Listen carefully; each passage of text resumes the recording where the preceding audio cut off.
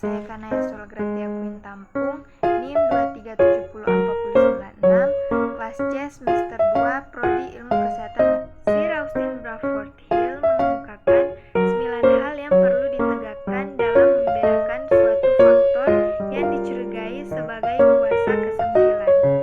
Faktor inilah yang umumnya dipakai sebagai kriteria kuasa, antara lain: 1.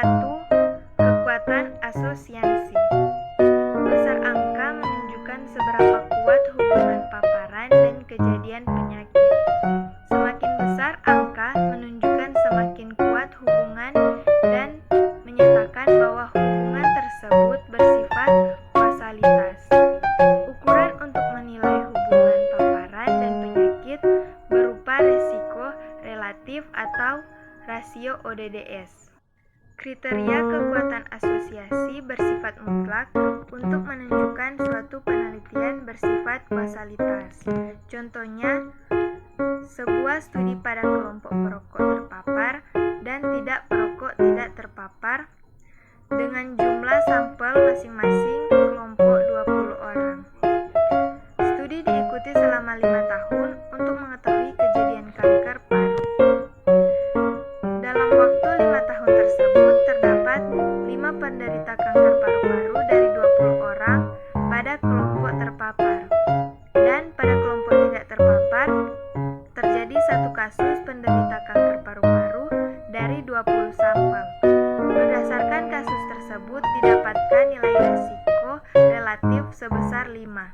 Dapat disimpulkan bahwa kelompok perokok lebih beresiko 5 kali terkena kanker paru dibandingkan dengan kelompok yang tidak merokok. 2.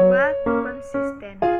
Konsistensi hasil penelitian walaupun penelitian sejenis dilakukan pada waktu dan tempat yang berbeda, pada populasi yang berbeda, dan oleh berbagai peneliti yang berbeda. Ini menunjukkan bahwa terdapat hubungan yang bersifat kausalitas.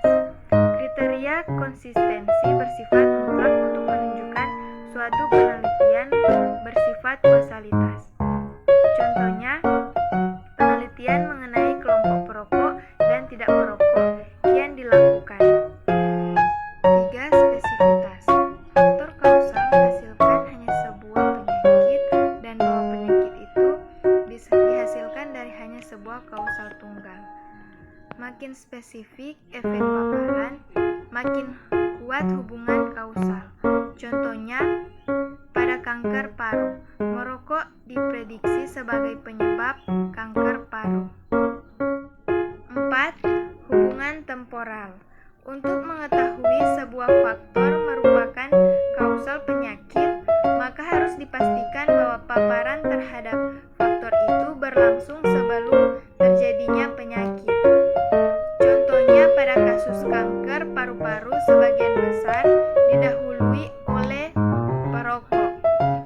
5. Terdapat tingkatan gradasi biologi. Paparan yang semakin kuat menyebabkan seseorang dalam waktu singkat dapat menderita penyakit tersebut lebih cepat. Kriteria ini bersifat mutlak untuk menunjukkan suatu penelitian bersifat kausalitas. Contohnya, si A merokok setiap hari sebanyak 2 batang. Setelah 5 tahun mengidap kanker paru, si B merokok setiap hari sebanyak 5 batang setelah 2 tahun mengidap kanker paru.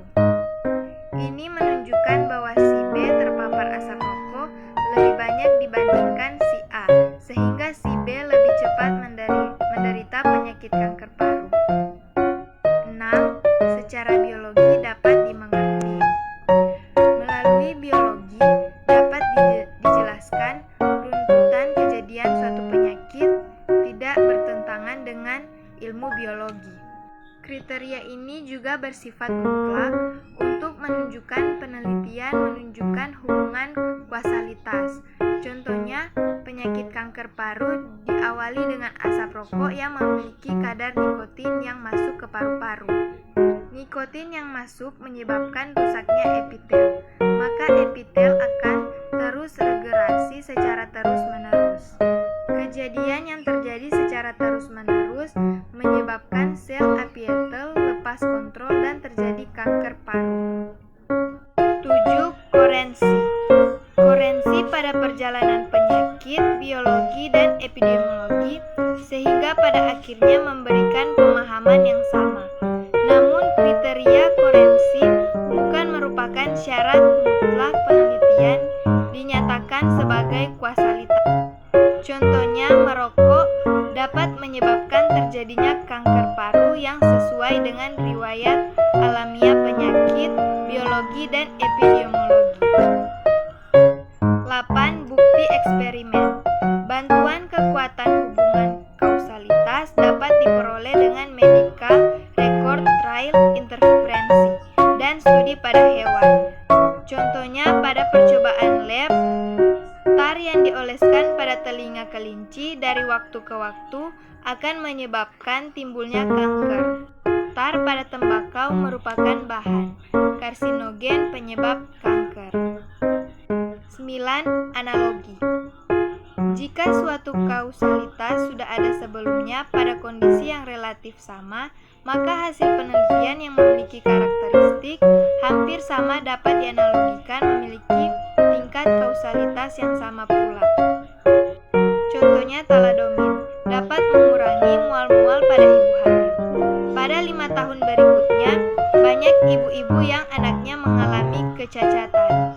Kemudian dianalogikan dengan rubella, bayi tersebut mengalami kelainan. Karena memiliki dampak dan efek yang sama, maka ditelusuri taladomin. Dari hasil penelusuran menunjukkan 3,1 dibandingkan dengan ibu yang tidak menggunakan taladomin. Sifat ini dianggap membantu hubungan asosiasi dan tidak mutlak harus ada. Ukuran epidemiologi. 1. Ukuran frekuensi penyakit. Morbiditas didefinisikan sebagai setiap awal, subjektif atau objektif dari keadaan. Kesejahteraan fisiologis atau psikologis. Ukuran frekuensi penyakit merupakan hasil kuantifikasi terjadi penyakit dengan cara menghitung individu yang terinfeksi sakit dan meninggal. Selain itu, meskipun untuk pelajaran, istilah ini merujuk pada jumlah orang yang sakit, itu juga dapat digunakan untuk menggambarkan periode penyakit yang dialami orang-orang atau lamanya penyakit.